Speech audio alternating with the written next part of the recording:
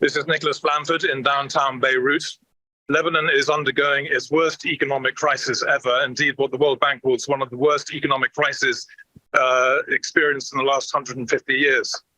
This area of downtown Beirut used to be a bustling shopping center, commercial, financial entrepot of the area. But today, as you can see, perhaps, we have shop after shop that has been shuttered and closed. Businesses have left. This cost of living for people has completely skyrocketed. So the Lebanese lira used to be 1,500 to $1. Today it's 65,000 lira to $1. So that has plunged over 80% of the population below the poverty line. People are leaving the country if they possibly can. Businesses are closing, and it's a pretty grim situation. But nevertheless, I mean, somehow or other, Lebanese managed to struggle on. I mean, you were talking about alternative ways for them to find electricity. And I guess it's very, very difficult for you if you don't have dollars. That's another key thing. If you have access to dollars and cash, you can just about keep your head above water because you can exchange it on the black market. But of course, everyone is suffering from the problems of the lack of electricity. The government is supplying only 1 hour of electricity a day at the moment.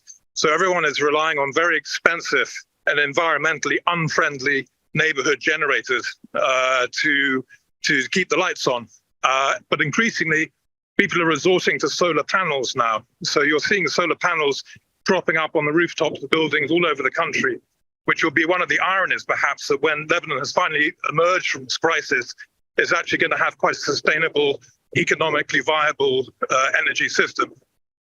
And then in the middle of all this, not far from where you actually are at the moment, was the blast in the Beirut port, which really would have made matters, I mean, in terms of the damage it's done, not to mention the loss of lives, even worse for many people in the city. Yes, absolutely. The port is only about 1 kilometer away from downtown Beirut.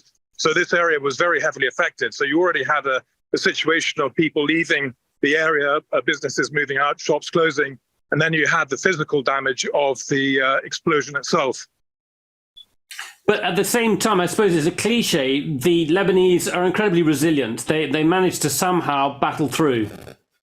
It is a cliche, and it's one they don't particularly like, but they are muddling through as best they can. Do you see behind me here on this building, there's a graffiti that was drawn back in October of 2019. This is when the economic crisis really got underway. And people came out into downtown Beirut. They were protesting to try to remove this corrupt political elite, which are really the cause of this problem that we've had. 30 years of corruption and mismanagement has led to this economic collapse. But having said all of that, at the same time, and I suppose this is actually quite an important thing, Lebanon does actually value tourism. You can actually go and see some wonderful scenery. It's still got the hotel infrastructure. So at the same time, it is actually it's open for business in some way. Yes, it is indeed. People are still coming to Lebanon. We've just had a huge winter storm, which has dumped the first snow of the season on mountains. So the ski resorts are breathing a sigh of relief. And the resorts are full now, people skiing. The restaurants, paradoxically, the restaurants are often full. Cafes are full. A lot of Lebanese are very wealthy. So you'll see people driving around in Ferraris. And they'll be going out in the evenings and so on, socializing, but all that sits amid a mass poverty as well. Yeah, so it's a complex mix. But listen, thank you very much indeed for your time and a quick summary of things there. Thank you very much, Nick. Sure, you're welcome.